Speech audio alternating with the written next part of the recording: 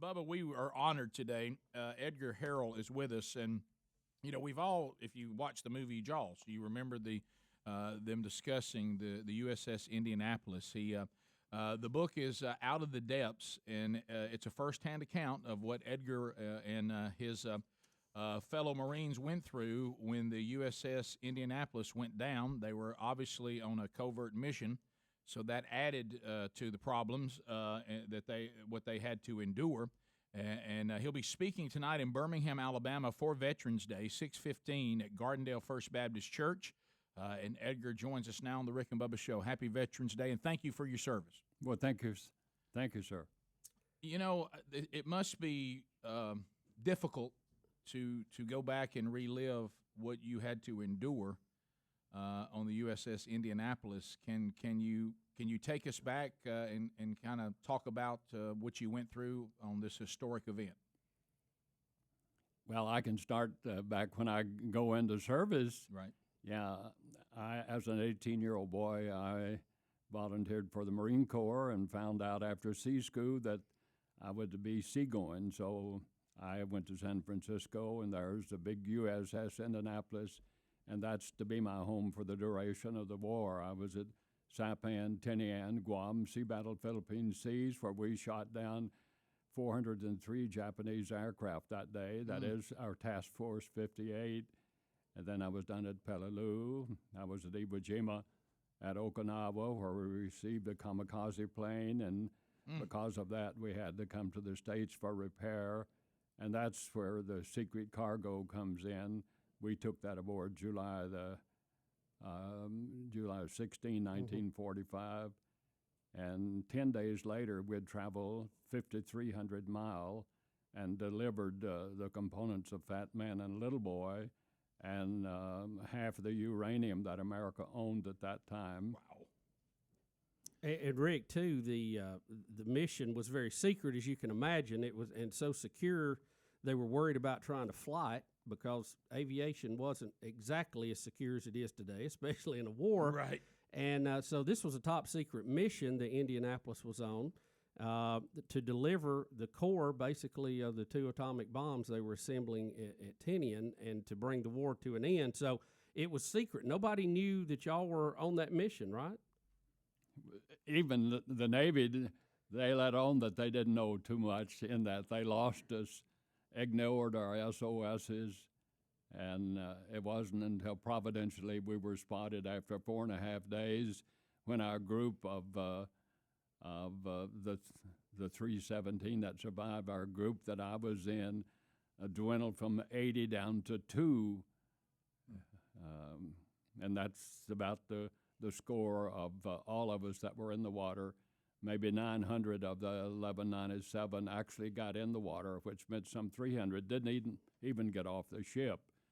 But those of us that got off the ship after 4.5 days battling the sharks and hypothermia and dehydration of swimming in 110-degree weather, we weren't surviving too well. And so the group that I was in of some 80, by the third day at noon, there was only 17 of us. And when I was picked up at the end of 4.5 days, there's a lot of story in between, but when I was picked up at the end of 4.5 days, I was with a Navy lieutenant and one other sailor the last hour. Then that one sailor, I saw what I had seen so many times, and I often say, it's much easier to die than it is to live. And you have to struggle. We had to struggle to live, but all you had to do to die is just give up and quit swimming. And I saw this sailor. I checked him the second time, and he's still alive. The third time, he's gone. So it's just a Navy lieutenant and myself for the last hour. For the last hour, 2 of you. Of my the group you were in. The group you were in. Right. Now, from a number standpoint, and for those that don't know the history, the Indianapolis delivered the cores of the atomic bombs to Tinian, and then you were torpedoed on your way back home.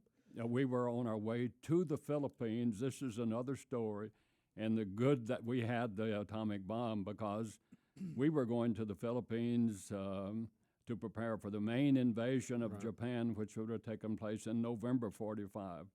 And of course, at that time, when we started out on the mission, that particular morning, July 16, 1945, we did not know at White Sands Desert, whether or not the atomic bomb was even successful. But as we got underway that morning, they learned that, yes, our first atomic explosion was successful. And had it not been, we would not have proceeded on our mission. But we proceeded and we unloaded, and then we're going to the Philippines for the main invasion of Japan. And as I had told you in the break, my dad was in World War II and was in the Philippines. He was part of that, and I'd heard many stories about that.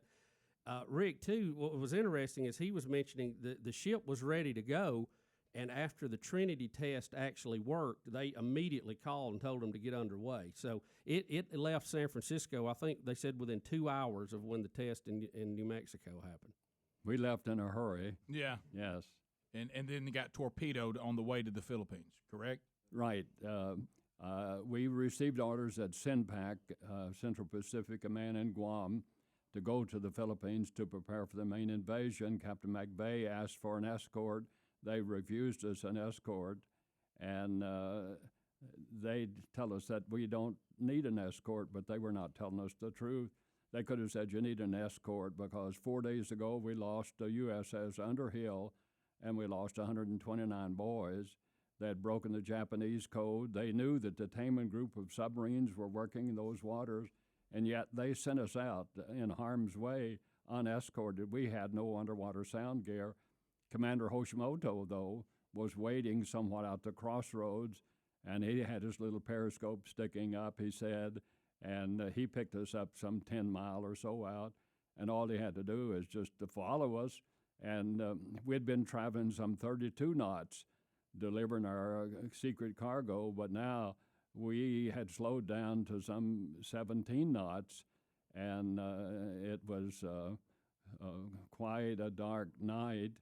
And so Commander Hoshimoto was watching us, and when we got in range, he announced load the torpedoes. They loaded 6 torpedoes and had 2 Kaiten torpedoes, which would be 2 bodies, 2 men in each of those, but they did not need those. They fired the 6, 2 of which hit, and the first one cut the bow of the ship off. When I say cut it off, I was sleeping under the barrels of number 1 turret, probably within 30 feet of where the bow was cut off. The second torpedo was back under a number 2 turret or close to the marine compartment, and it exploded the magazine under the big 8-inch guns. And then we had multiple explosions below deck. And now with the bow cut off, and we're some 35 feet wide and some 40 foot of the bow was off, and those big screws are still turning, pushing us forward. So that water is gushing in. It's being forced in. And so anyone on the main decks in the first 100 yards of the ship, they didn't stand a chance. And the ship went down in 12 minutes. Yeah, 12 minutes. Wow. We'll come back more with Edgar Harrell, one of the survivors, the few that survived this attack on the USS Indianapolis. The book's called Out of the Depths. It is available, and you'll see that in show notes today, too, and wherever books are sold. Speaking tonight, Gardendale First Baptist Church, 6:15 for Veterans Day. We'll talk one more segment with Edgar when we come right back. Rick and Bubba, Rick and Bubba. 9 minutes to the top of the hour. Happy Veterans Day to our veterans everywhere. Edgar Harrell is one of those veterans. He was on the USS Indianapolis after delivering historic cargo.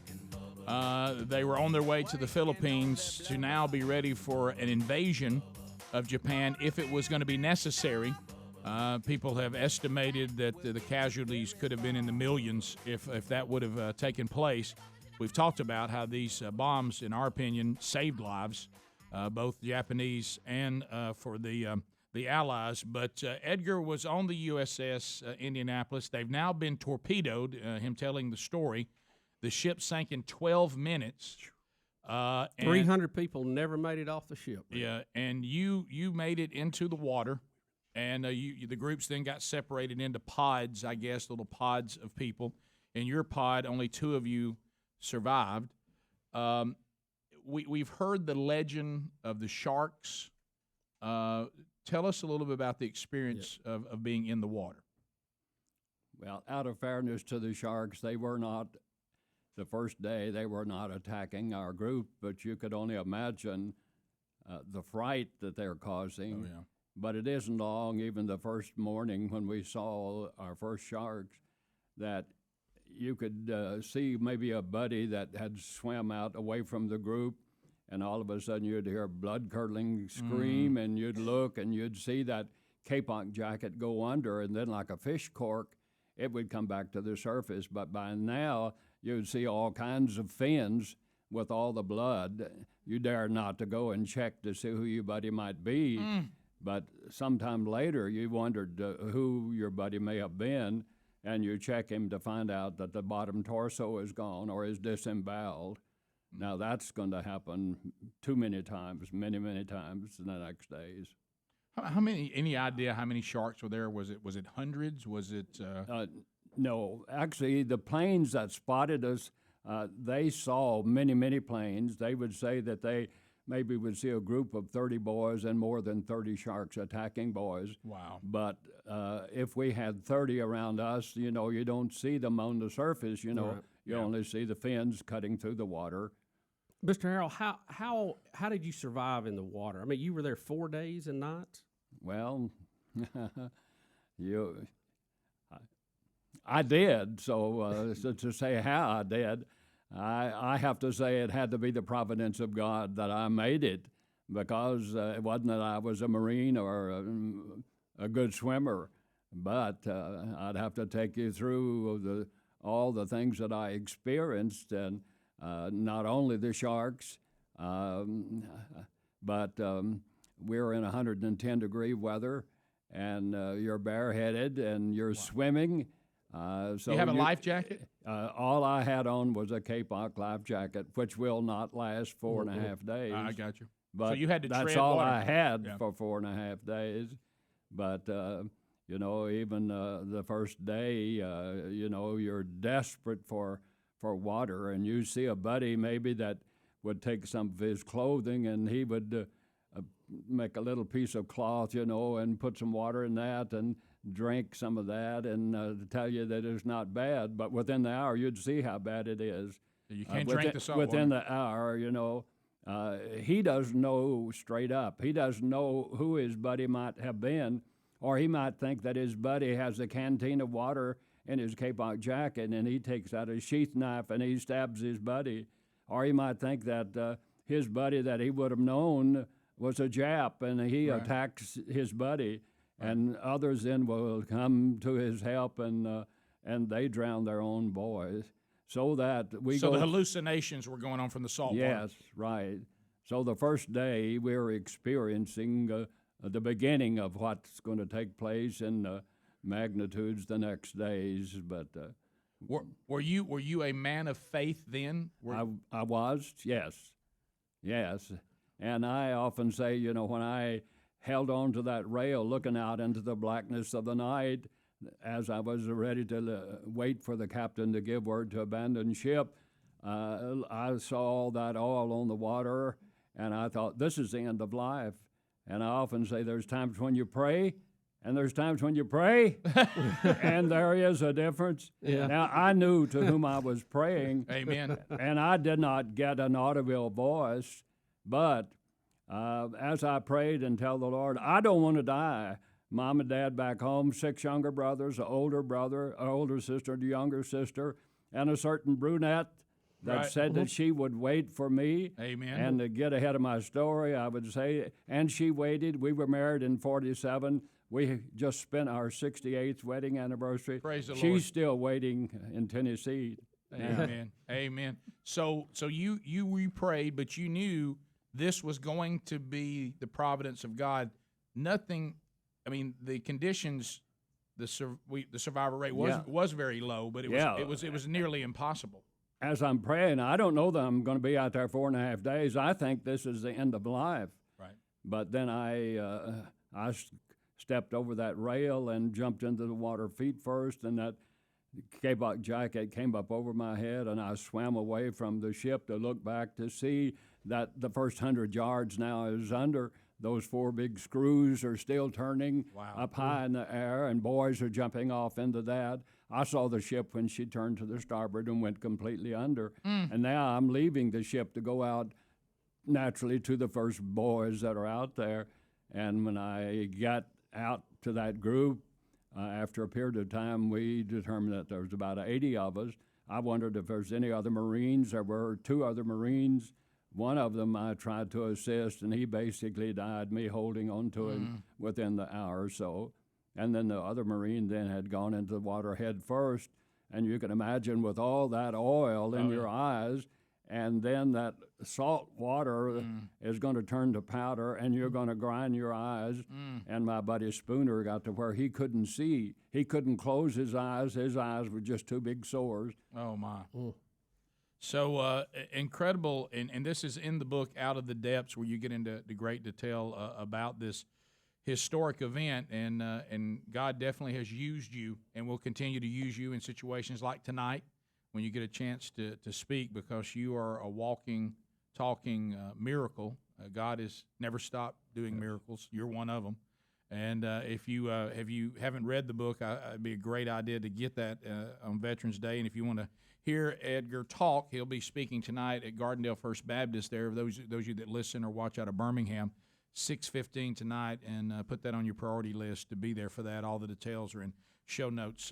Well, on behalf of a grateful nation, thank you for your service. Obviously, what you and your fellow veterans did in that historic event is monumental. Yeah, very few things have changed history like your mission did. Yeah, and you absolutely have been used by God to change history, and still being used by Him to have people to ask the question, do they have the faith that carried you through?